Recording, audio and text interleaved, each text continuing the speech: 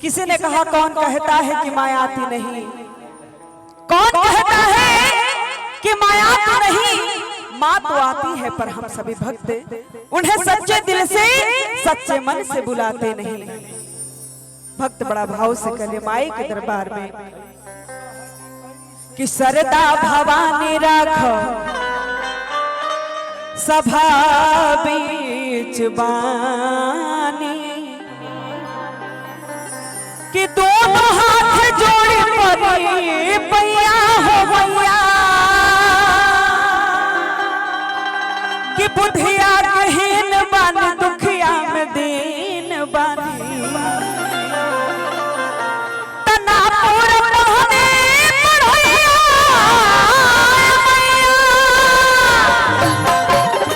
बाबा।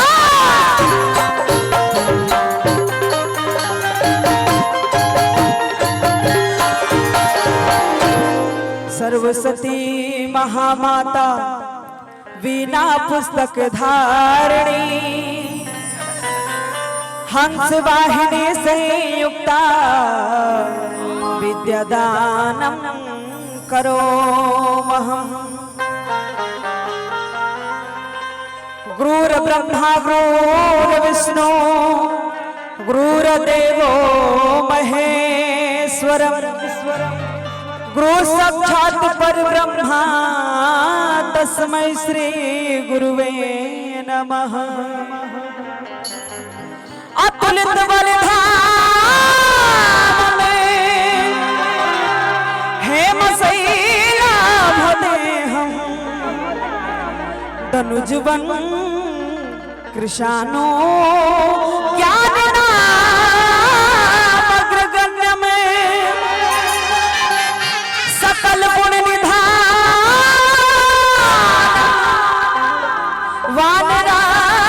वानरामधीशम, रघुपति प्रिय भक्तम वाक्जातम नमामि।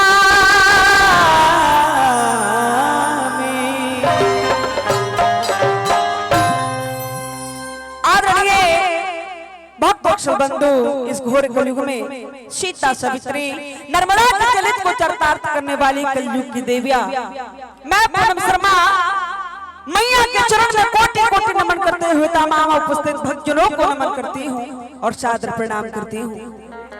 बार बार प्रणाम उनके चरणों में जिनके माध्यम से आप सबके बीच उपस्थित हमारे बड़े भैया श्री नागेंद्र उजाला जी, बहुत बहुत धन्यवाद। हमारे जितने यूट्यूबर भाई लोग हैं, बहुत लोग हैं, मैं सभी का नाम तो नहीं जानती इसलिए क्षमा प्रार्थी हूँ। हमारे उजाला एंटरटेनमेंट, हमारे ब्रजेश भैया, सागर फिल्म्स और बहुत सारे भाई लोग हैं, सभी को बार बार प्रणाम है, जो कि आप सभी ने बड़ी मेहनत से हम सभी को अपना आशीर्वाद प्यार देते हैं। सभी कलाकार को बस इसी तरह अपना आशीर्वाद प्यार बनाए रखें।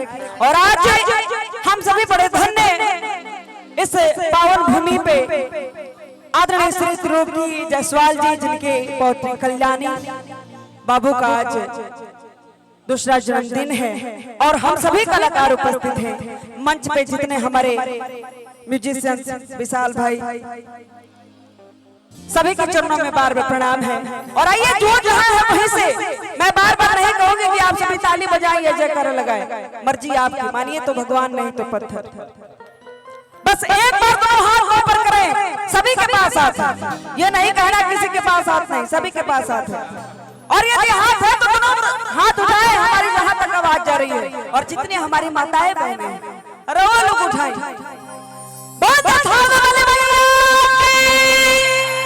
सच्चे दरबार की क्या हुआ।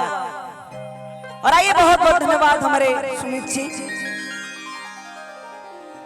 जिन्होंने बड़ी सुंदर व्यवस्था किया है। बार बार धन्यवाद, बार बार प्रणाम है सुमित भैया।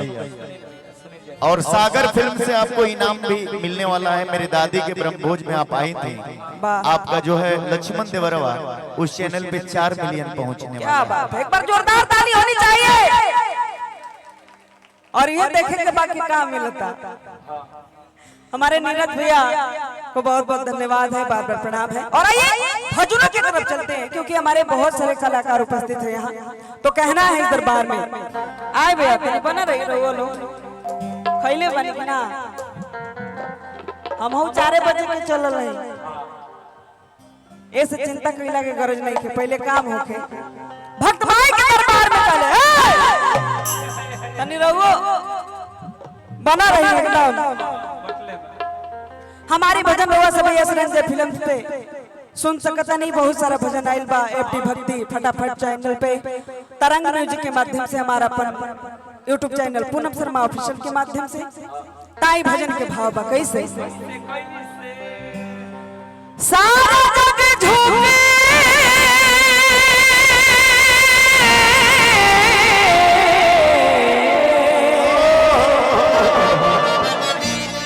सारा जग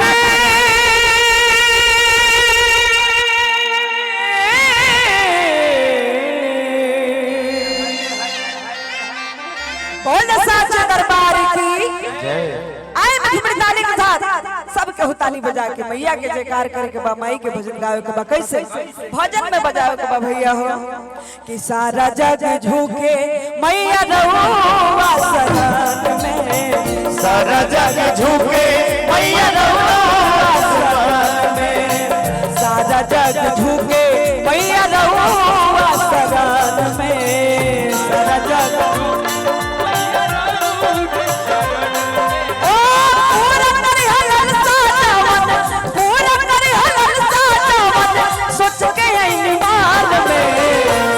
जग झुके मैया रहुआ शरण में, सारा जग झुके मैया रहुआ शरण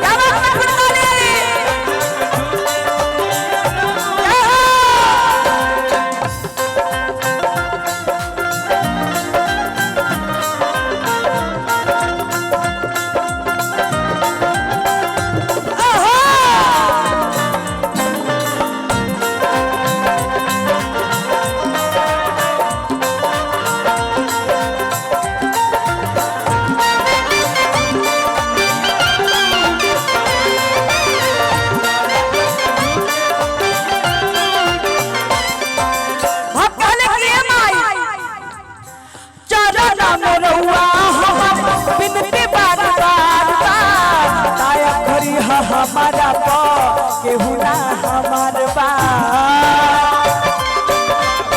केहू ना हमार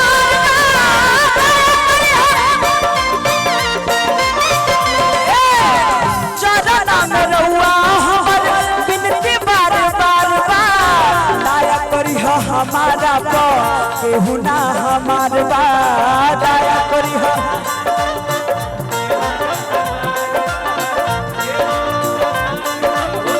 केहू ना हमार बा। दुखिया के दुख तोरे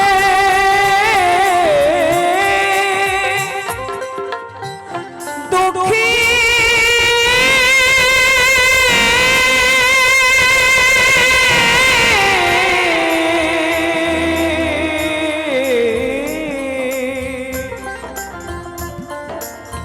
दुखिया के दुख तोरे दुखिया के दुख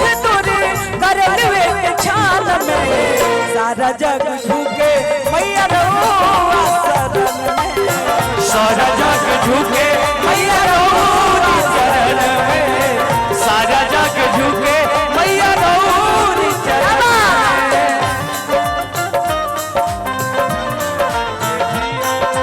पार आईनी हो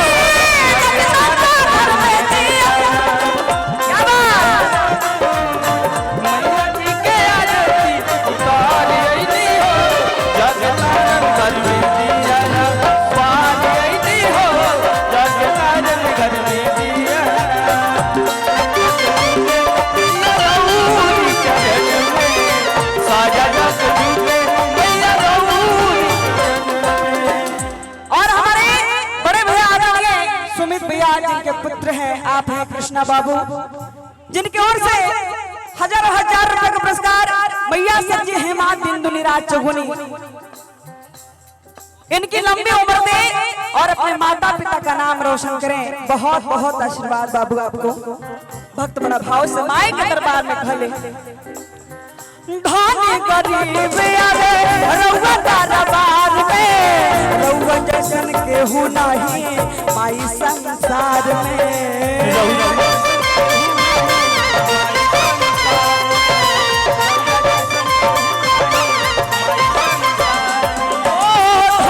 गरीब आवे रउआ दरबार में, रउआ जैसन केहू नहीं माई संसार में, रउआ जैसन केहू नहीं।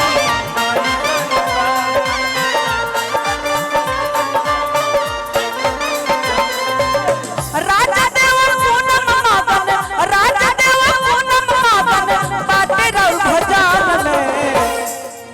माई से कितना आदमी प्रेम करला तनी हाथ उठाई त। मेहरारू से तो सब लोग प्रेम करेला। लड़का से का भैया? अच्छा खाली भाभी से प्रेम बहन का। माई से प्रेम हो के तो हाथ उठा के बोल दो साचे दरबार की। अब माई लोग के केकरा से प्रेम बा? खाली पतो लोग से कि बेटी से कि हे छठी माता खाली ठेकू होए सनाता। चाची तने तने हाथ उठे बोल दो सरवाले मैया की। क्या बात। भक्त माई के दरबार में कहले कि राजा देव पूनम मातन, राजा देव पूनम मातन बाटे रउ भजन में। सारा जग झुके मैया रउआ शरण में, सारा जग झुके मैया रउआ शरण में, सारा जग झुके मैया रउआ शरण में। पूरा करी हलल साजवन, पूरा करी हलल साजवन सोच के आई मान में। सारा जग झुके मैया रउआ शरण में, सारा जग झुके मैया रउआ चरण में। सारा जग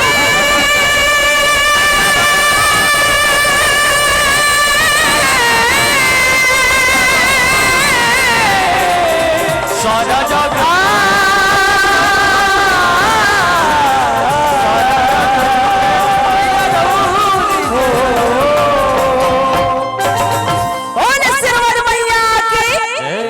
दरबार की।